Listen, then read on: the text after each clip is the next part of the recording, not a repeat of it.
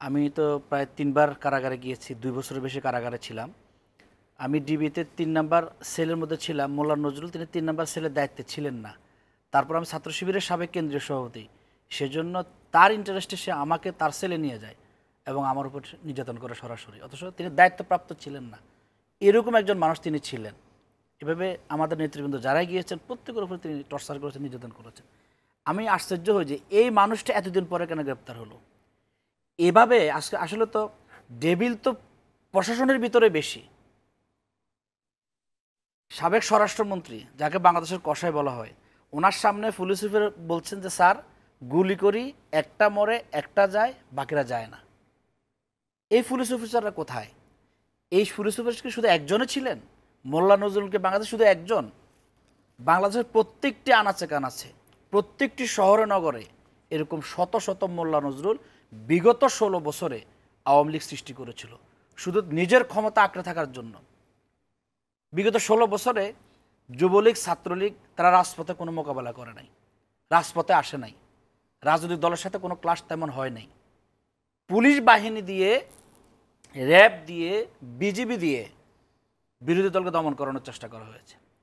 এখন police, RAB, বিজিবির মধ্যে কারা ছিল? মোল্লা নজরুল ছাত্রলীগের সাবেক নেতা, বিপ্লব কুমার সরকার ছাত্রলীগের সাবেক নেতা, হারুনুর রশিদ হাওন আঙ্কেল যাকে বলা হয় ছাত্রলীগের সাবেক নেতা। এরকম ছাত্রলীগের নামদারি পদধারী, যুবলীগের নামদারি পদধারী ব্যক্তিদেরকে পুলিশে, র্যাবে, বিজিবিতে নিয়োগ দিয়ে তাদেরকে দলীয় লাঠিয়াল বাহিনী হিসেবে ব্যবহার করা হয়েছে। তো মোল্লা নজরুল একজন কেন গ্রেপ্তার হবে? এবং শত শত মোল্লা নজরুল পুলিশের বিভিন্ন জায়গায় আছে। কুষ্টিয়ার সে এসপির কথা আমার এখনও মনে পড়ে, যিনি বলছেন যে তোমরা যারা বিরোধিতা করো হয় চুপচাপ থাকবে, নাহলে পাকিস্তান চলে যাও। রাষ্ট্রের গুরুত্বপূর্ণ পুলিশ অফিসারবৃন্দ আওয়ামী লীগের নেতাকর্মীদের ফুল দিয়ে বরণ করা, দলীয় সমাবেশে গিয়ে দলীয় বক্তব্য দেয়া, পুরা প্রশাসন যন্ত্রকে ধ্বংস করে ফেলছে। শামীম ভাই যেটা বলেছেন যে পুলিশের কোমর ভেঙে গেছে বা পুলিশের সক্ষমতা কমে গেছে, আমি আমার জায়গা থেকে বলবো আমাদের পুলিশের সুনাম আছে।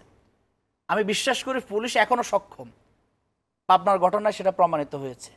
পাবনায় আওয়ামী লীগের জেলা সভাপতিকে পুলিশের গাড়ি থেকে ছিনিয়ে নেওয়ার একদিন পরে ২৪ ঘন্টার মধ্যে আবার পুলিশ গ্রেপ্তার করেছে। তাহলে পুলিশের যে প্রযুক্তি আছে, কলা কৌশল আছে, তারা এখনও সক্ষম। তো তারা সেই সক্ষমতার জায়গা থেকে ভূমিকা পালন করছে না কেন? কারণ ওই যে সবাই যে চেতনাধারী, সবাই যে ফেসিবাদের দোসর, সবাই যে ১৬ বছর ধরে ফেসিবাদের আস্কারায় পেয়ে পেয়ে এই পর্যায়ে জুলুম করতে করতে, নিপীড়ন করতে করতে এ জায়গায় আসছে, তারা এখন তাদের পক্ষ ছেড়ে জনতার পক্ষে, ছাত্রদের পক্ষে ভূমিকা পালন করবে। তাদের ভিতরে তো কষ্ট আছে। যে কষ্ট হচ্ছে ফেসিবাদ পালানোর কষ্ট, শেখ হাসিনার পালিয়ে যাওয়ার কষ্ট। এই জায়গাগুলো চিহ্নিত করা খুব বেশি প্রয়োজন।